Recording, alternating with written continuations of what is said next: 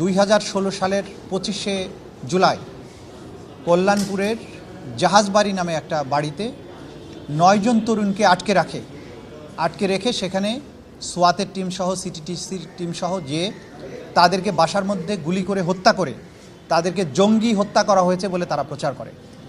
আমরা তদন্তে জানতে পেরেছে আমাদের তদন্ত সংস্থা যে এই 9 জন তরুণকে দেশের বিভিন্ন স্থান থেকে গ্রেপ্তার করে নিয়ে আসা হয় বহু আগে,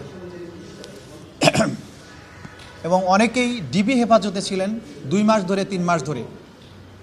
সেইখান থেকে তাদেরকে ধরে নিয়ে রাতের বেলা ওই বাসার মধ্যে জড়ো করা হয়। জড়ো করার পরে রাতের বেলা হঠাৎ করে ব্লক রেইডের কথা বলে সেইখানে সবাই হাজির হয়ে যান, পুলিশের ঊর্ধ্বতন কর্মকর্তারা, এবং তাদেরকে সেখানে ঢুকে সেই লোকদেরকে গুলি করে হত্যা করে জঙ্গিদেরকে হত্যা করা হয়েছে মর্মে তারা প্রচার করে। সেই সময়ে তাদের এই জঙ্গি নাটকগুলো একটা নিত্য নৈমিত্তিক ব্যাপার হয়ে দাঁড়িয়েছিল।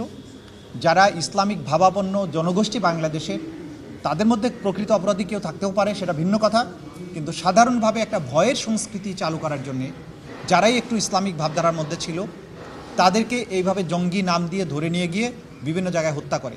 তার আগে ক্রসফায়ারের নামে যে বিচার বহির্ভূত হত্যাকাণ্ডগুলো চালু ছিল সেখান থেকে তারা সমালোচনার মুখে এক ধাপ সরে এসে বিভিন্ন বাড়িতে লোকদেরকে আটকে রেখে হত্যা করে তারা জঙ্গি সেখানে জড়ো হয়েছিল এই মর্মে তারা প্রচার করে, এবং এই ধরনের অনেকগুলো ঘটনার সাক্ষ্য প্রমাণ এই তদন্ত সংস্থা হাতে এসেছে। তারই একটি অংশ ছিল এই জাহাজবাড়ি হত্যাকাণ্ড। এই তরুণদের আত্মীয় স্বজনকে এতটা ভয় দেখানো হয়েছিল যে তাদেরকে হত্যা করার পরে তাদের মৃতদেহগুলোকে গ্রহণ করার জন্য পরিবারের কেউ আসেনি। বলা হয়েছে যে তারা পরিবার তাকে ঘৃণা করে সেজন্য আসেনি, কিন্তু তদন্ত সংস্থা যেটা জানতে পেরেছে যে তাদেরকে ভয় দেখানো হয়েছিল এবং একটা ঘৃণার সংস্কৃতি চালু করার জন্য, যে এই মানুষগুলোকে বিচার বহির্ভূতভাবে হত্যা করা সত্ত্বেও তাদের প্রতি মানুষ যাতে সিম্পাথাইজড হতে না পারে সেজন্য বলা হয়েছিল যে তাদের পরিবার তাদেরকে ঘৃণা করে। তদন্ত সংস্থা এগুলো তদন্ত করে তার সাক্ষ্য প্রমাণাদি পেয়েছেন, এবং এই আইজিপি শহীদুল হক সহ আসাদুজ্জামান মিয়া তারা নিজেরা সেখানে ঘটনাস্থলে উপস্থিত ছিলেন।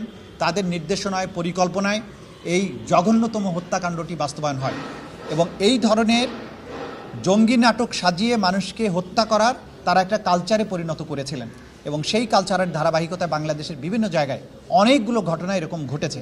সে কারণে এটা একটা মানবতা বিরোধী অপরাধ হিসাবে গণ্য করে এর বিরুদ্ধে তদন্ত শুরু হয়েছে। তদন্তর প্রক্রিয়ার কাজ চলছে, অনেক সাক্ষী আমরা ইতিমধ্যে পেয়েছি। আগামী কত তারিখ, 7ই মে তারিখে এটার পরবর্তী তারিখ ধার্য করা হয়েছে।